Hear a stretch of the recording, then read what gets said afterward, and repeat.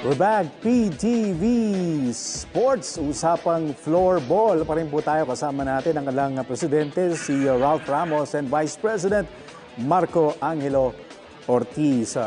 Ralph, kanina nababanggit mo no, na madalas kayo nagpupunta sa mga schools para i-promote yung floorball. But how about, apart from introducing yung floorball sa mga bata, no? Is there an effort din para maging isang organized or school-based na sport ito like kung maging part man ng UAAP, NCAA, or any collegiate or even high school, probably palarong pambansa. Up to what extent na ba yung na-achieve natin doon? Exactly, no, Sir Dennis, yun yung ating ultimate goal, no?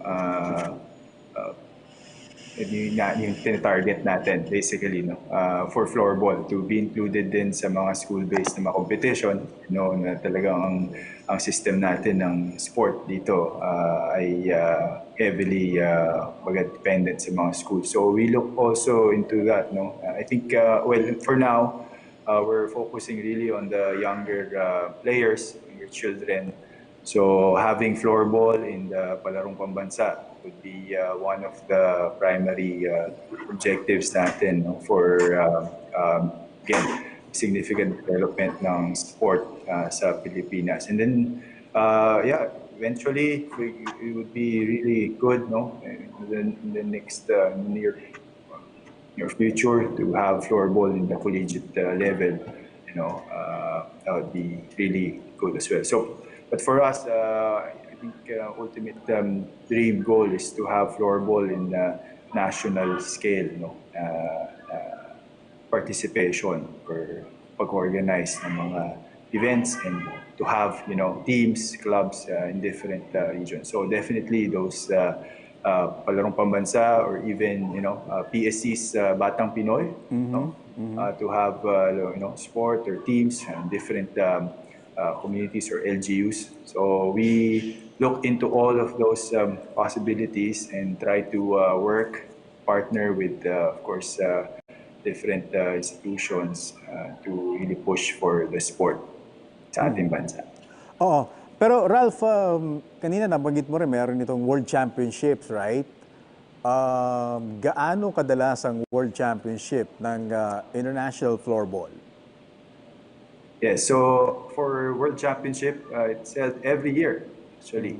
Pero alternating yan, no, ng men's and women's World Floorball Championship. So basically, every even year ay merong men's World Floorball Championship. Whereas kapag odd year, so halimbawa next year, 2021, then we have the women's edition ng World Championship. So every year meron, pero basically every other 2 years ang ating championship. Grabe pala, no? Marami rin palang, talagang very organized pala, no, Ralph, itong World Floorball. Because for you to have World Championships, no, sa yun nga, different age bracket, ibig sabihin talagang it's a sign that it's a very organized and well-entrenched group, Ralph. Yes, indeed, no. It's really surprising actually to know yung how floorball is organized, you know, internationally. Yun nga, like I said kanina, parang in its existence for around 30, you know, 30 years or so lang, no? And having this, you know, organizing this events, no, na floorball, it's really quite, you know, in positive, really, in developing the sport internationally. And in fact, floorball is also incled in the World Games, no?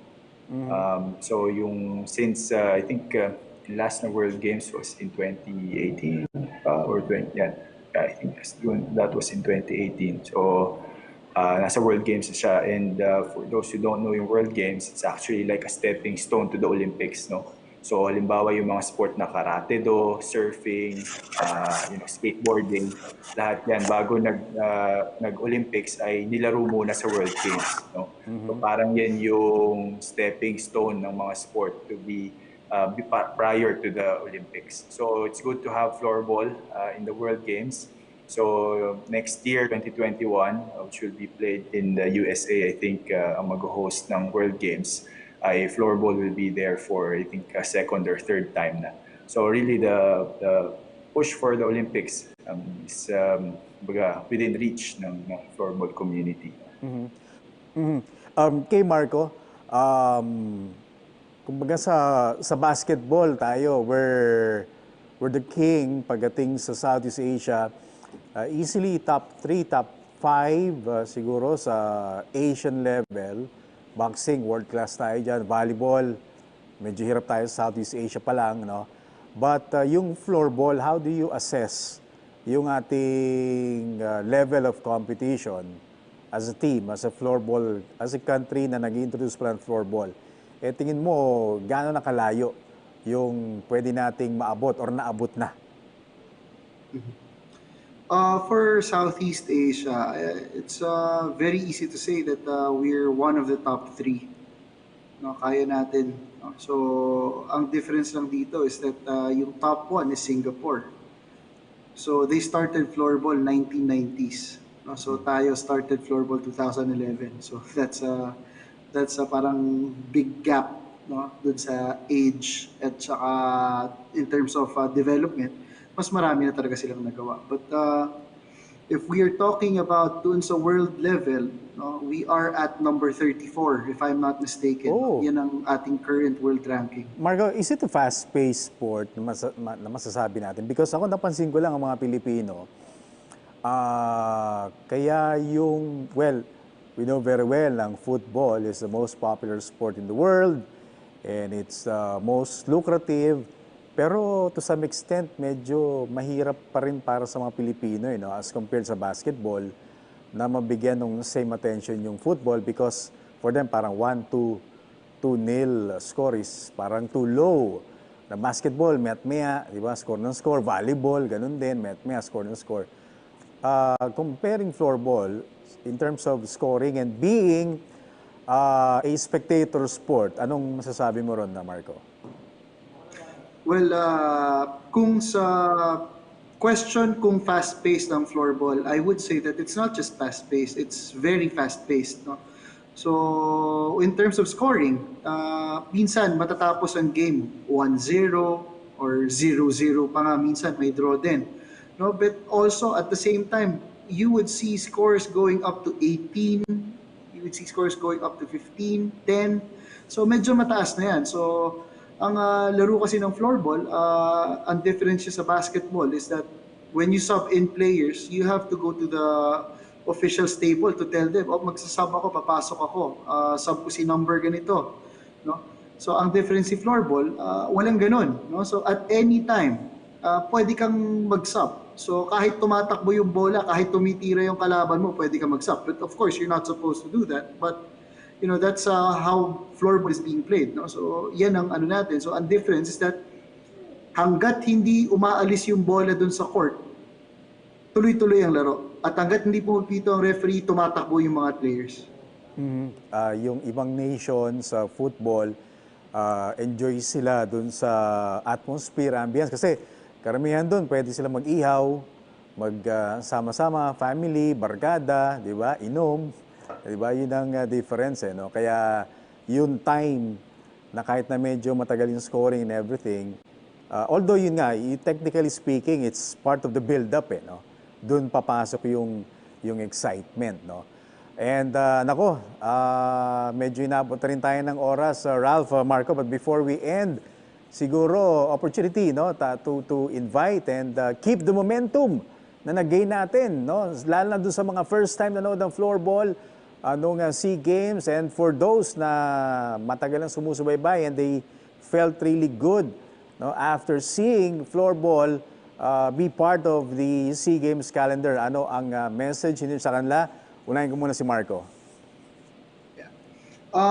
Well, una-una gusto kong pasalamatan muna syempre yung families namin nila Ralph, no? So for being very supportive of us, no? So this is a thing na we love doing, and we would like to thank them for being at our backs, supporting us all the way. And when it comes naman dun sa enthusiasts at sa mga aspiring players ng floorball, we would like to invite you to come and play with us when this pandemic is over. No? So, but for right now, you can also join us by following along our online workouts. If you want help, you just let us know, and then we will be right there with you to help you across and to help you along the way, and also be teaching you everything. So, very hands-on po kami ni Ralph. You can always contact us, no, through our Facebook page, Philippine Floorball Clubs Association. No?